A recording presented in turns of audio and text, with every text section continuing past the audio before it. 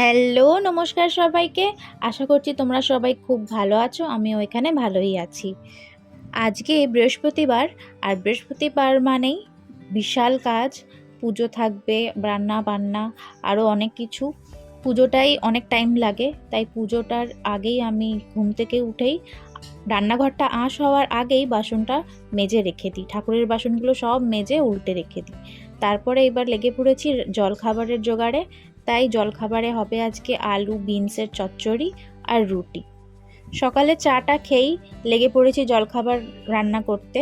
আলু বিনসের তরকারি হবে বললাম, ওইটাই চাপিয়ে দিয়েছি। এটাকে খুব ভালো করে ভেজে টেজে একদিকে বসিয়ে রেখে একদিকে আমি রুটি করে নেব।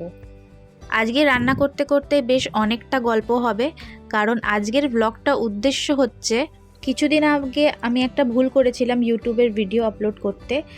কি ভুল না ভুল সেটাই আপনাদের সাবধান করতে, আপনাদের জানাতে আজকের ভিডিওটা আমি আপলোড করছি। আপনাদের হয়তো মনে আছে আমাদের বাড়িতে একটা বড় অনুষ্ঠান হয়েছিল, অয়নের অন্নপ্রাশন। সেটা আমি 3টে পার্ট করে সেটাকে আমি ব্লগে ছেড়েছিলাম। তো ফার্স্ট পার্টটা তো খুব সুন্দরভাবে আপলোড হয়ে গেল। সেকেন্ড পার্টটা আপনাদের হয়তো মনে আছে, আমি বলেছিলাম যে সেকেন্ড পার্টটা কিছুতেই আপলোড হচ্ছে না। তার জন্য আমি খুব হতাশ হয়ে পড়ি, খুব আমার মনটাও খারাপ হয়ে যায়। কি করব সেটা কোনো কিছুতেই, অনেকজনকেই জিজ্ঞেস করলাম, কেউ কিছুতেই বোঝাতে পারছে না ব্যাপারটা। প্রথম পার্টটা তো খুব ভালো করে আপলোড হলো। সেকেন্ড পার্টটা যখন আমি ফার্স্ট আপলোড করি, ফার্স্ট পার্টটার 2 দিন পর আমি সেকেন্ড পার্টটা আপলোড করি। যখন আপলোড করলাম তখন ভিডিওটা রিমুভ করা হলো ইউটিউব থেকে। তো আমি তখন প্রচণ্ড ভয় পেয়ে গেছিলাম। আমি ভাবলাম যে কী হলো, আমার কাছে একটা ইমেল এলো। তখন ওইটাতে পরিষ্কারভাবে লেখা ছিল যে আপনার ইউটিউব ভিডিওটা রিমুভ করা হয়েছে। আর আমি ভাবছি যে আমি এটাতে কি ভুল এমন করলাম আমি জানি না। তো তারপর আমি ভাবলাম যে হয়তো নেটের প্রবলেম বা ইউটিউবের প্রবলেম, কিছু তো একটা হবে। তারপর আমি আবার আপলোড করি ভিডিওটা। তারপরে ভিডিওটা যা হোক করে, ইউটিউবে এমনিও ভিডিওটা আপলোড হতে হতে প্রায় 1 ঘন্টা 1.5 ঘন্টা লেগেই যায় বড় হিসাবে। যেমন আপনারা বড় ভিডিও করবেন তেমন আপনাদের ভিডিওটা আপলোড হতেও টাইম লাগবে, সেটা তো আমরা সবাই জানি।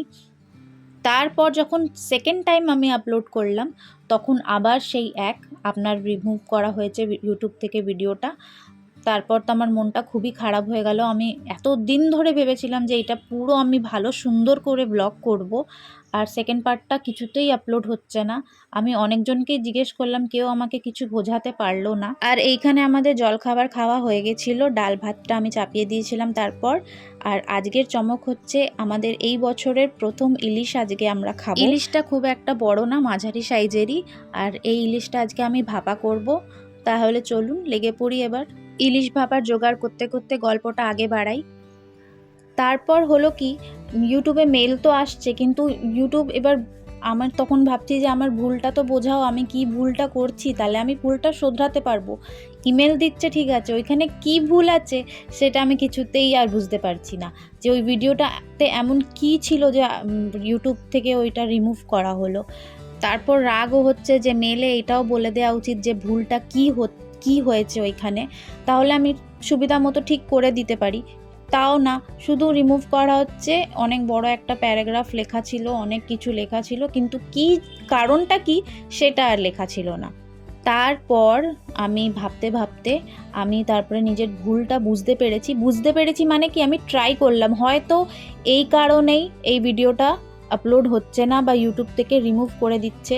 আসলে ওই ভিডিওটাতে ছিল কি, অয়নের অন্নপ্রাশনের সেকেন্ড পার্টে অয়নকে ভাত খাওয়ানোর আগে স্নানটা দেখবেন, আমি একটুখানি দেখিয়েছি ওইখানে বেশ বড় করেছিলাম, আমি পুরো স্নানটা দেখিয়েছিলাম।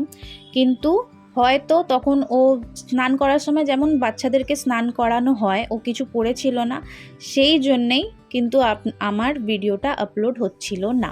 আর এইটা আমি শিওর ছিলাম না, আমি জাস্ট ওইটা এডিট করে কেটে দিলাম। তারপর আমি আবার চেষ্টা করলাম থার্ড টাইম, তখন আমার ইউটিউব ভিডিওটা আপলোড হলো। তার মানে এইটাই যে সেইটাই ভুল হয়েছিল, যে ওকে যখন চান করানো হচ্ছিল তখন অয়ন কিছু পড়েছিল না, তাই ওই ভিডিওটা রিমুভ করা হচ্ছিল। তখন আমি অতটা বুঝতে পারিনি, আমি জানি যে বাচ্চা ছেলে হয়তো কোনো কিছু অসুবিধা হবে না, কিন্তু এইটাই মেন অসুবিধা ছিল। আর আমার অনুমানটা একদম সঠিক ছিল। তারপরে আমি ভিডিও আপলোড করি, তারপরে আমার ভিডিও ভালোভাবে আপলোড হয়।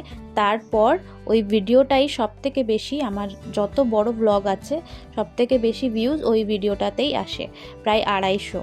আপনারা হয়তো ভাবছেন মাত্র 250 ভিউজেই এত কিছু, কিন্তু আমার কাছে আবার 250 ভিউজ মানে আমার কাছে হিউজ। আমি 100 ভিউজেও খুব খুশি থাকি, আমি খুব প্রেরণা পাই। আর আমি 100 ভিউজেই আমি ইউটিউব ভিডিওটাকে চালিয়ে যাব, মানে আমি সাহস পাই যে হ্যাঁ 100 জনও দেখছে আমার ভিউজ 100 জন আসছে, তার মানেই আমি একটু সাহস পাই যে যাক 100 জন লোকও আমায় দেখছে। তারপরে আস্তে আস্তে বাড়বে, অবশ্যই বাড়বে। আমি পুরো চেষ্টা করছি আমার ভিউজ বাড়ানোর। আর আপনারাও আপনাদেরকে এটা বলার কারণ হচ্ছে এই ভিডিওটা করার, যে আপনারা এই যে এটা ভুল, আমি এখন ছোট ব্লগার, এখন আমি খুব একটা বড় ব্লগার না, মাত্র 93 আমার সাবস্ক্রাইবার রয়েছে। আর আপনাদের এমনও ইউটিউবে অনেক আছে যে অনেক বড় বড় চ্যানেল আছে, তাদের জন্য আমি বলছি না, তারা তো ভুল করে করে অনেকটাই শিখে নিয়েছে। কিন্তু যারা আমাদের মতো নতুন এখন ইউটিউব ব্লগার হচ্ছে বা হয়েছে, তাদের জন্য আমার এই ব্লগটা করা। আজকে ভাবলাম যে এই ব্লগটা আমি তাদের জন্য করি, তাহলে আপনাদেরও একটু হেল্প হয়, যাতে আমি যেই ভুলটা করেছি সেটা আপনাদের সাথে আমি শেয়ার করলাম, যাতে আপনারা যখন এরকম কোনো ভিডিও করবেন তখন এই জিনিসটা আপনারা খেয়াল রাখবেন। আর চেষ্টা করব যেটা যেই ভুলগুলো আমি করব সেটা অবশ্যই সবার সাথে শেয়ার করতে, তাহলে আপনাদের সুবিধা হবে।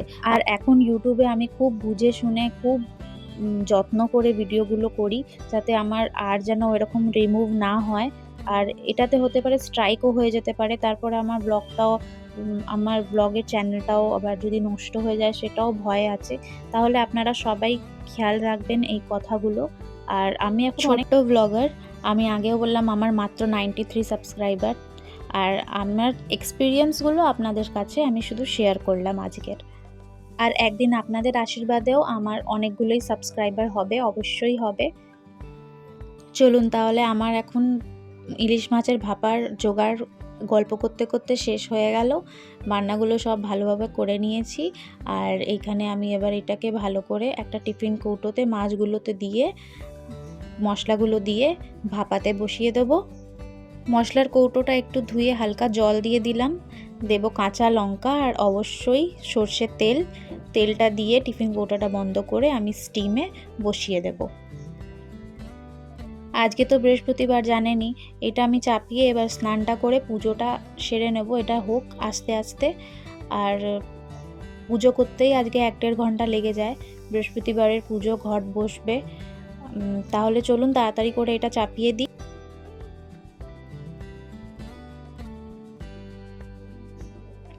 না, এটাকে হাতে করেই ভালো করে মাখাতে হবে, হাতে করে ভালো করে মাখিয়ে নেব।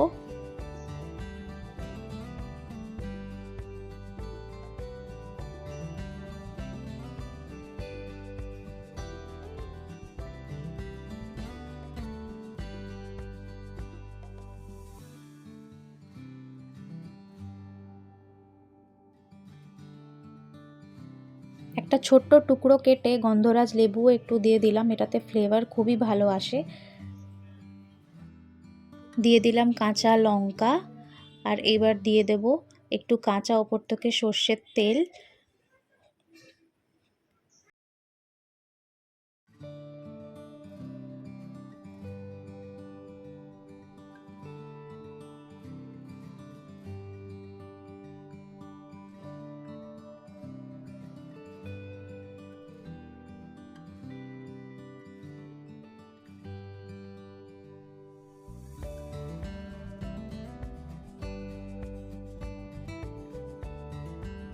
চলুন হয়ে গেল, এবার টিফিন কৌটোটা ভালো করে বন্ধ করে দেব। আর কড়াটা জল আগেই বসিয়ে দিয়েছিলাম, এবার স্টিম করতে বসিয়ে দেব। এরই মধ্যে চলে এলো একটা পার্সেল, দেখি কবে খোলা যায়, মেয়ে এলেই খুলবো এটাকে। আর এবার আমি স্টিম করতে মাছটা বসিয়ে দেব ঢেকে দিয়ে। চলুন হোক এটা বিটবিট করে আস্তে আস্তে, আমি ততক্ষণ স্নান পুজোটা সেরে নিই, মাঝখানে এসে বন্ধ করে দেবো। আর এখানে আমার স্নান পুজো হয়ে গেছে। বেশ আধ ঘন্টা আগেই আমি গ্যাসটা অফ করে দিয়েছিলাম। দেখি এখন কি অবস্থায় আছে। এখনো ভালোই গরম, এটা কাপড় দিয়ে নামাই, দাঁড়ান।